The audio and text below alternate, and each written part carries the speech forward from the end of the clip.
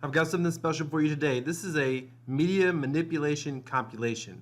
And I want to bring this to you because I think that we are getting manipulated in so many, and by the way, we're getting manipulated by CNN and Fox, Republicans and Democrats.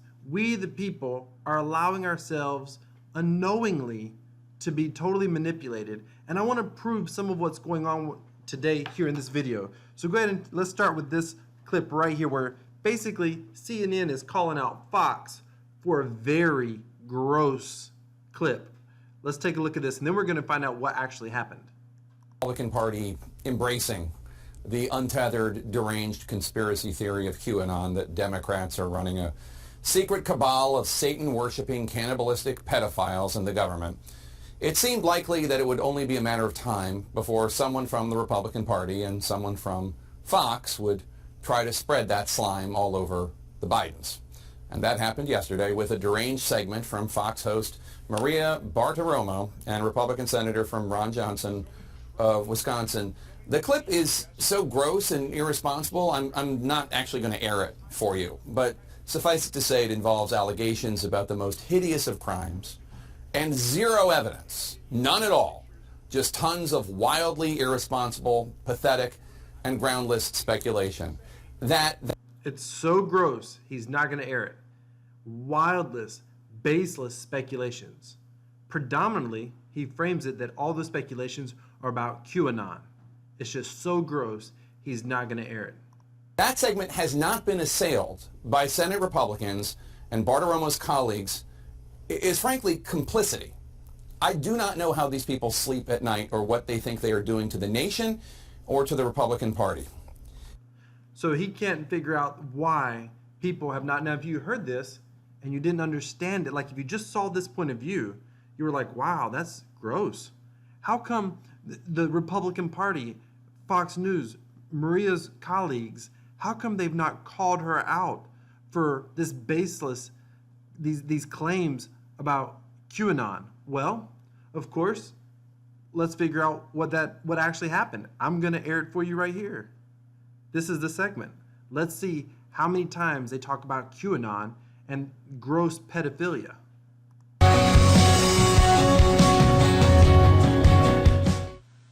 Welcome back. The closer the election gets, the harder the bombshells fall. The latest one dropping on former Vice President Joe Biden in the form of an explosive new Senate report detailing his son Hunter's questionable behavior, including concerns of bribery, extortion, even payments to women who, quote, appear to be linked to an Eastern European prostitution or human trafficking ring.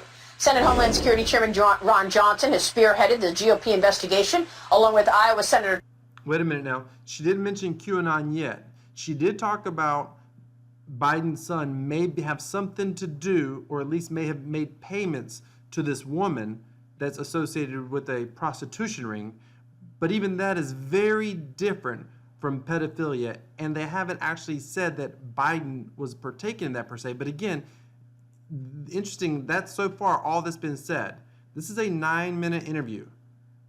She hasn't mentioned QAnon even once, but let's keep going. Chuck Grassley, and he joins me now. Senator, it's good to see you. Because I'm assuming they're going to go all into this because of what Jack Tapper said. The assumption is they must really delve into this sex trafficking ring really deeply. That must be what this whole 9 minutes, it's got to be what it's about, because it's so gross that everybody with any sane brain should be calling out Maria and this Senator Johnson. This morning, thanks very much for being here. Good morning, Maria. Your committee released this this document this week. Walk us through the most stunning parts of what we need to understand about this document, Senator.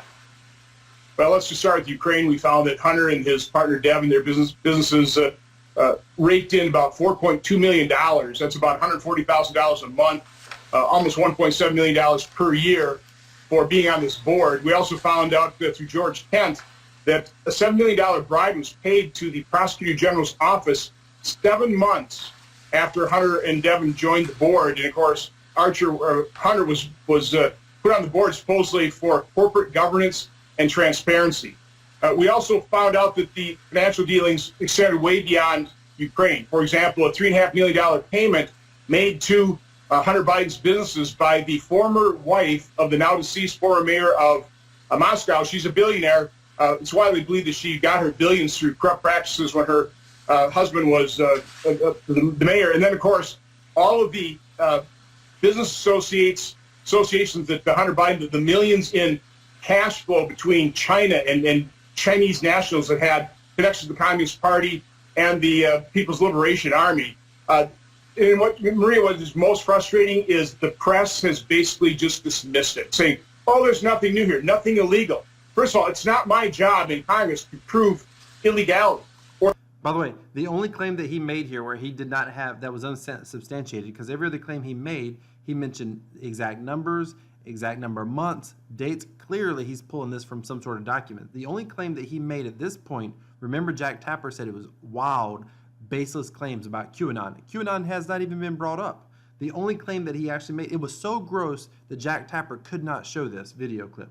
So far, the only thing that's been made, which was a baseless claim, he talked about the $3.5 million payment made to a billionaire whose husband was a mayor, and they think that she got her billion. It's widely believed she got her billions. Well, that's total speculation. That part is speculation.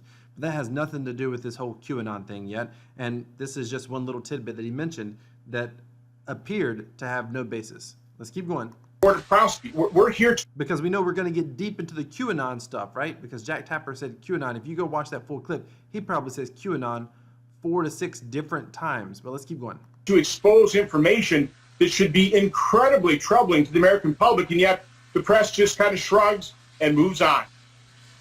Right. Well, they have obviously chosen a side on this. Now, I want to run an interview with Joe Biden because he was asked about this on ABC News, and we want to run it for you because I want to get your reaction of how he addressed it. Watch this. What's your understanding of what your son was doing for an extraordinary amount of money? I don't know what he was doing. I know he was on the board. I found out he was on the board after he was on the board, and that was it. And there's nobody... Well, you've had a lot of time. Isn't this something you want to get to the bottom of? No, because I trust my son. Okay. You know, Jack Tapper talks about this is gross. What was gross was all of us watching that interview, no matter whether you're Republican or Democrat, if you're honest with yourself, that was strange, right? Like, who wouldn't ask, specifically if you thought it was going to affect you in a political campaign for presidency of the United States of America. I mean, they vet all these people.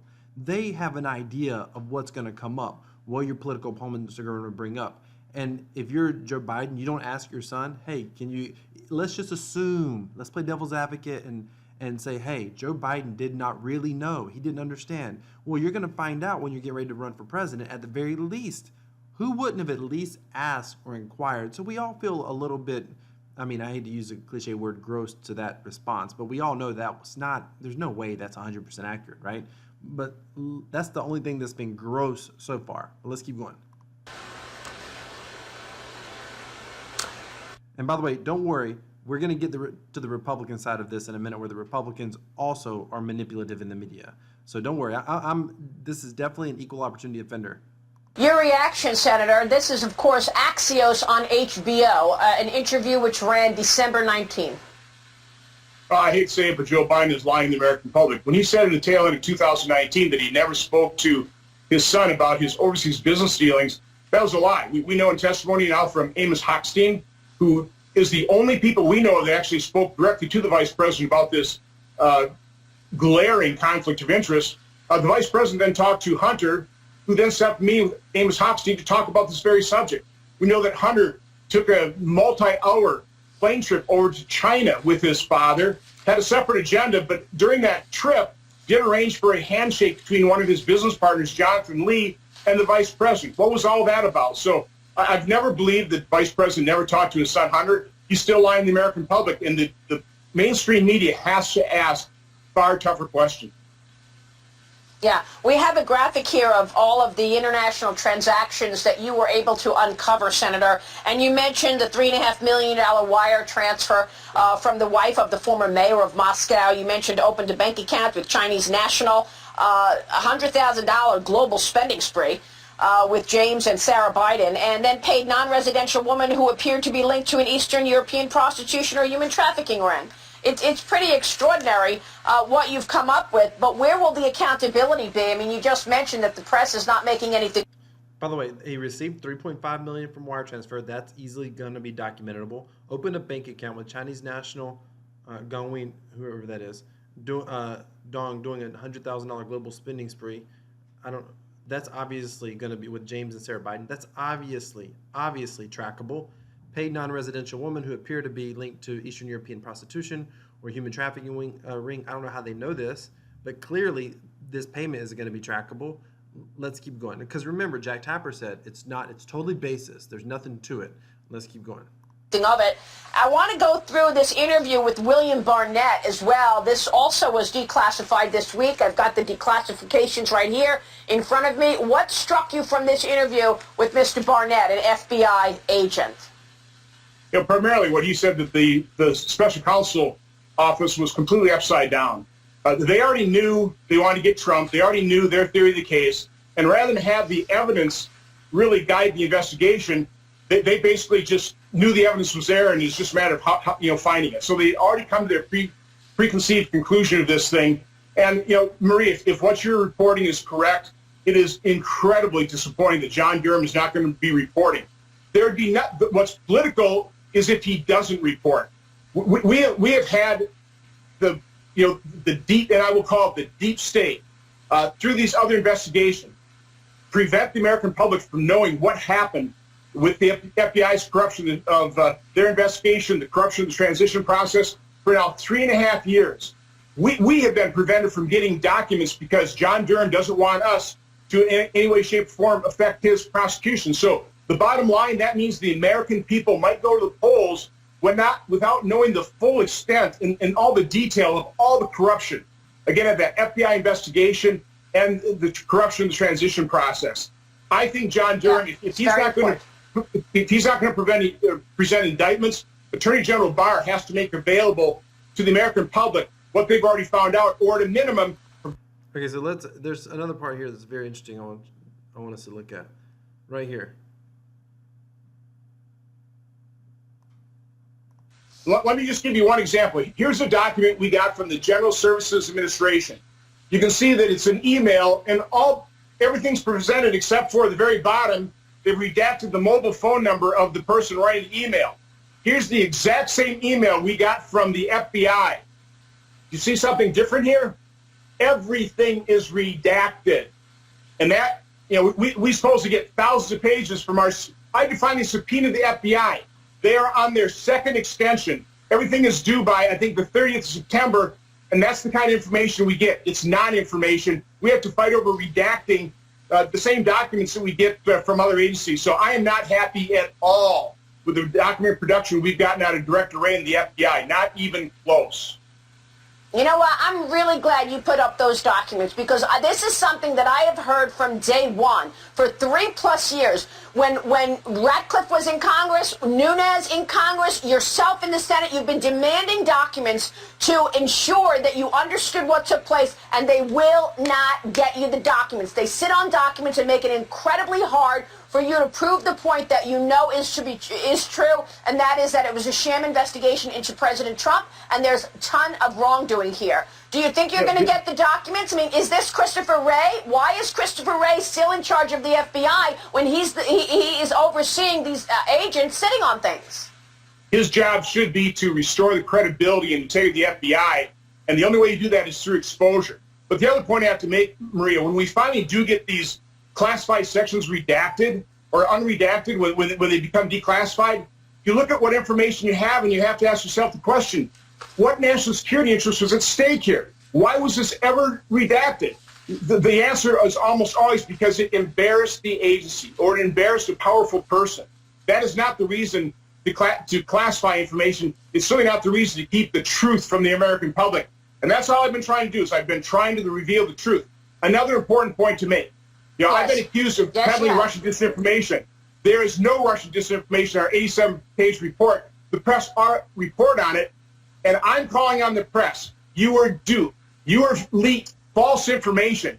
You should not protect those sources that leaked you false information. It should be your journalistic duty to basically tell the American people who provided you false information that resulted in this 2 or 3 year national nightmare because of the false narratives that you carried the Democrats' water on.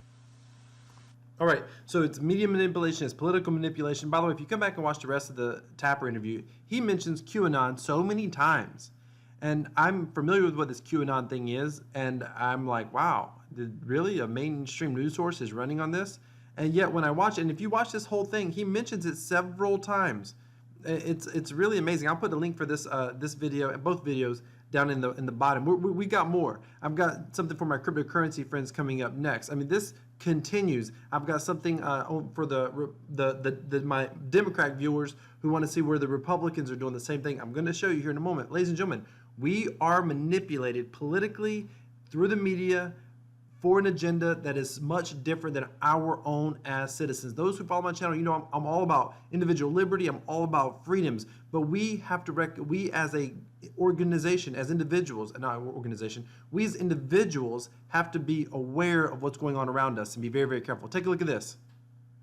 Quite mean that, by the way. I care less about Bitcoin. I don't know why I said anything about it.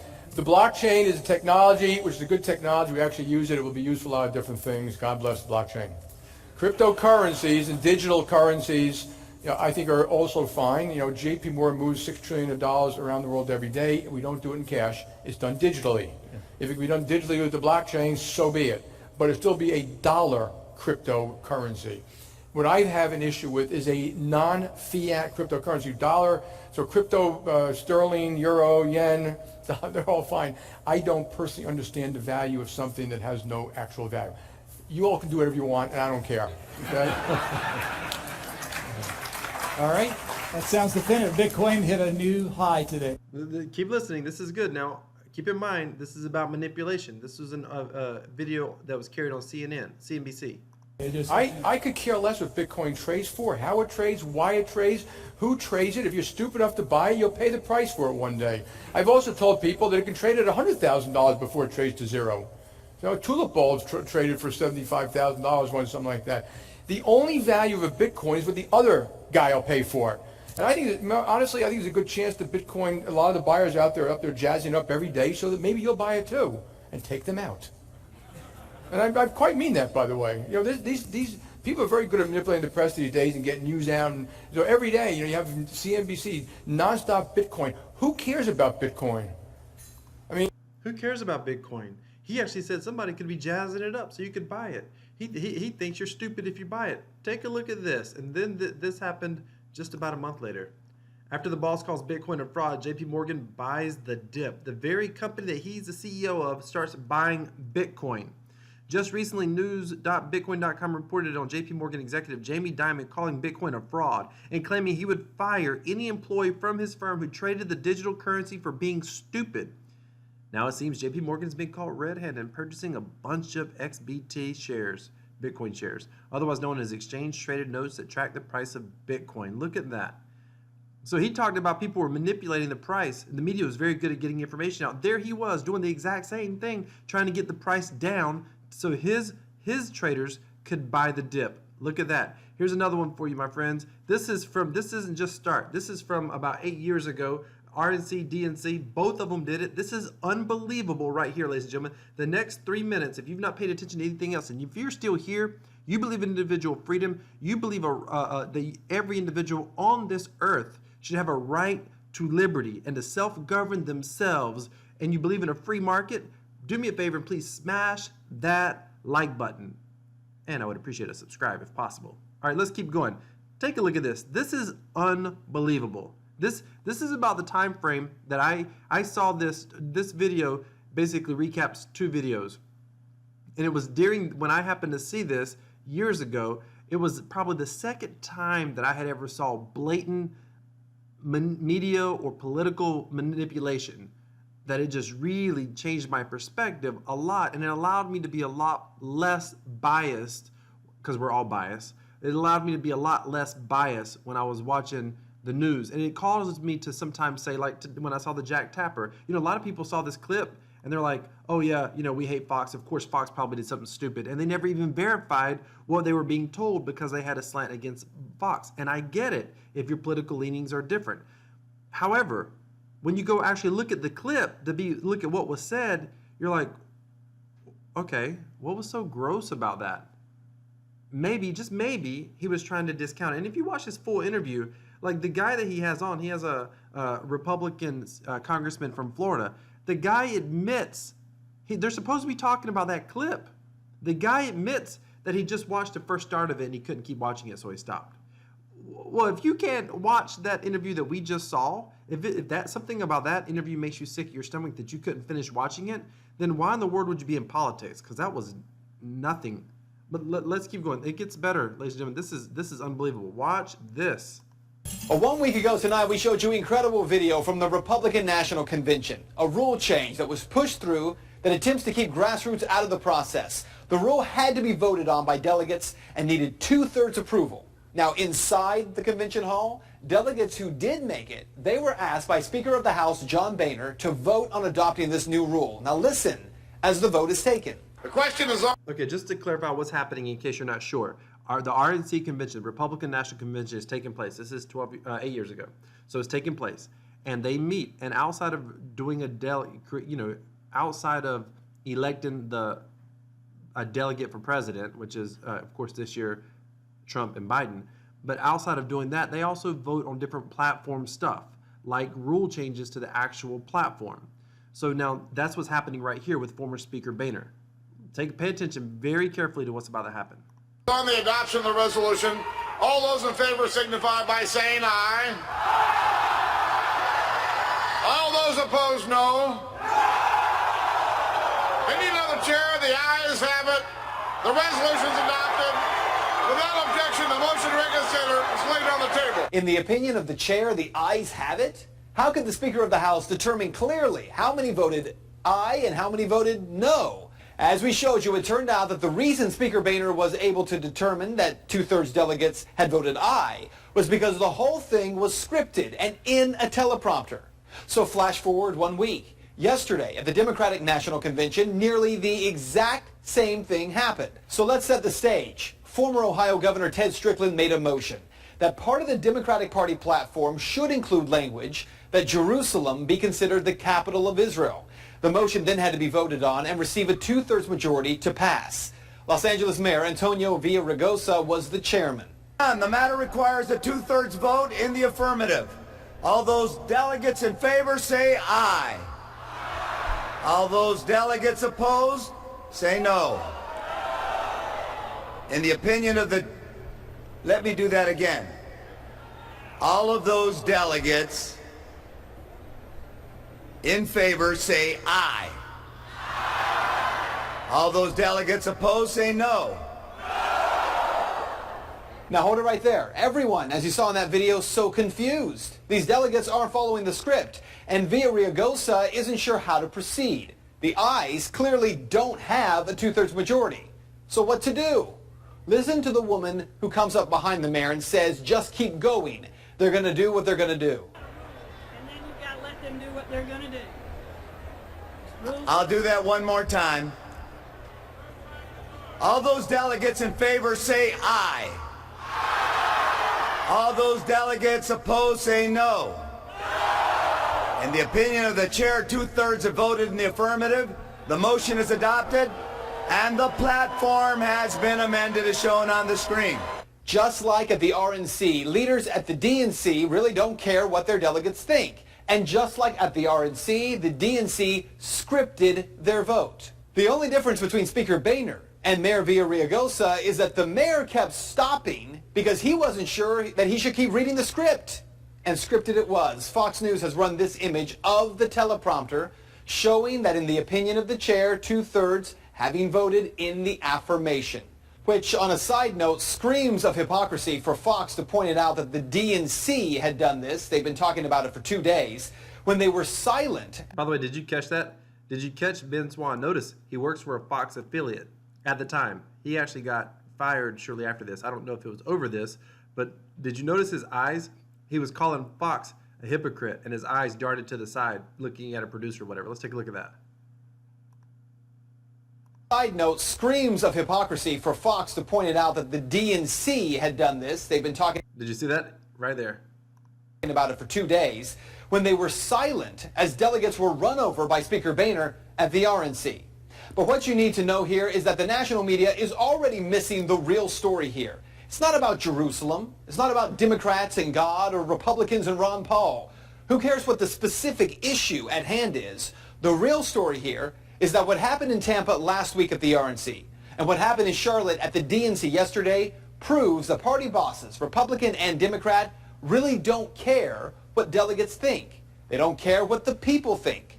And unless the grassroots of both parties stand up now and push back, the national conventions will now simply become coronations.